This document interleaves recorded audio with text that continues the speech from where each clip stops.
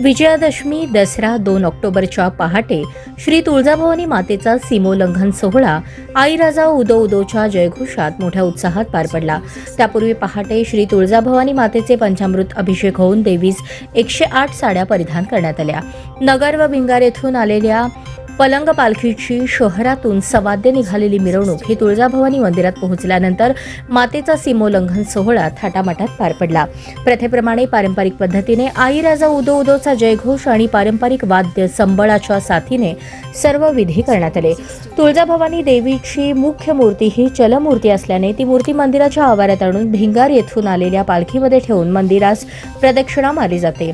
त्यानंतर नगर येथून आलेल्या लाकडी पलंगावर आई भवानी श्रमनिद्रेस जातात। महिषासुरासोबत झालेल्या युद्धामुळे थकलेल्या जगदंबा देवीने 5 दिवसीय श्रमनिद्रेस जातात अशी आख्यायिका आहे। पौर्णिमा मंगळवार दिनांक 7 ऑक्टोबर रोजी पहाटे श्री तुळजाभवानी मातेची सिंहासनावर पुन्हा प्रतिष्ठापना होईल।